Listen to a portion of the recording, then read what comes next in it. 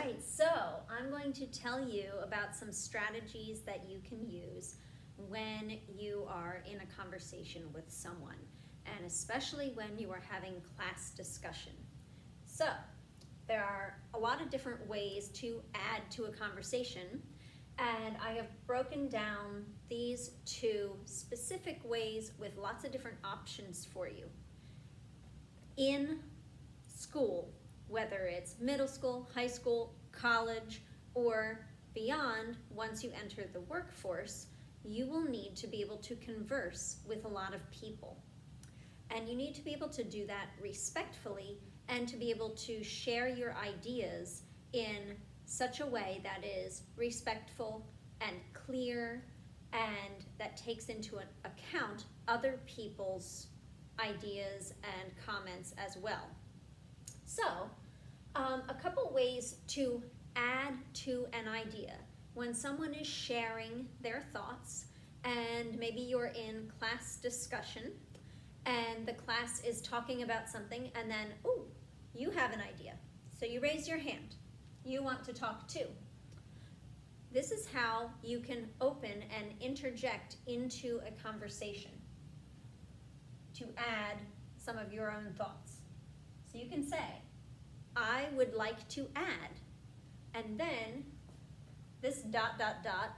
is called an ellipsis, and every time you see the ... that means that the sentence keeps going, but it's just not written up here.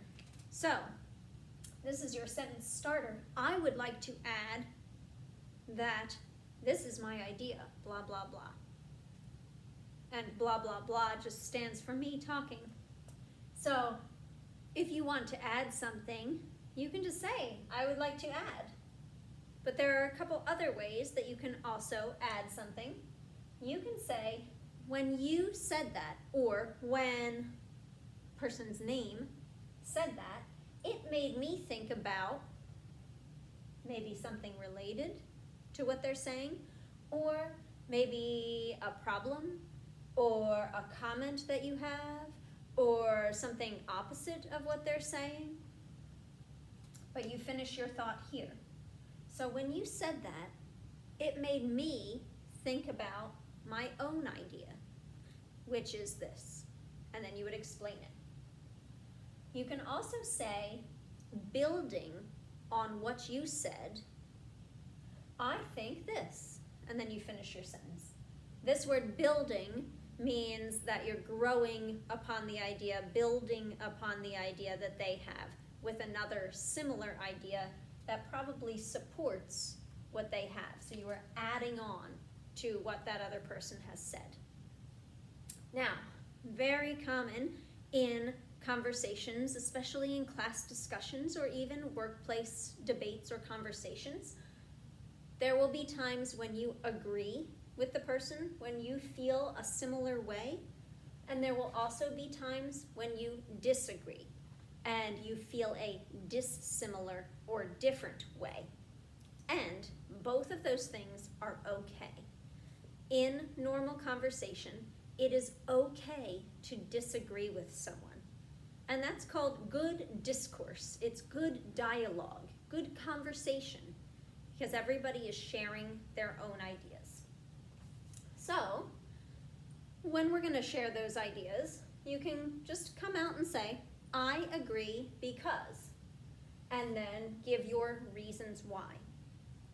But you can also disagree because, and you can say, I disagree because of these reasons. It doesn't have to be presented in a mean way or like, no, you're wrong.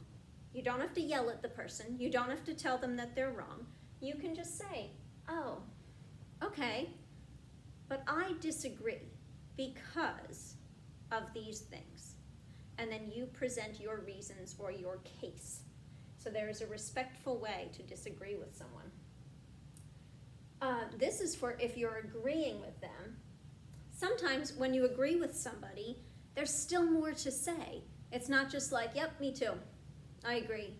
You should add on. Tell why you agree. Talk a little bit further. Provide another example.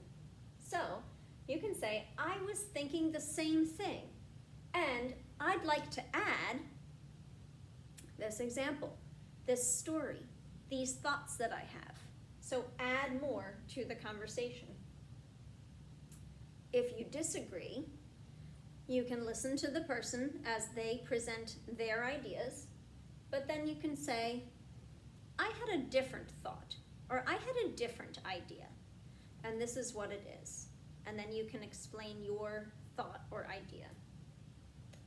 Another nice way of respectfully disagreeing with someone is to say, I hear what you are saying, but I think this.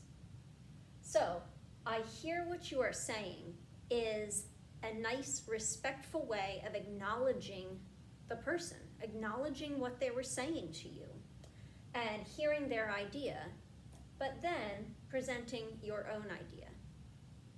So, when you are talking, especially in class discussion, if you are responding to each other online, if you are having a workplace conversation, or any kind of conversation with anyone where you are having a nice conversation, dialogue, discourse, back and forth with each other, you can add on ideas, and these are some ways to respectfully and professionally add ideas to a conversation, or you can agree and disagree with people's thoughts and ideas by using some of these sentence starters. I hope this helps in your next conversation.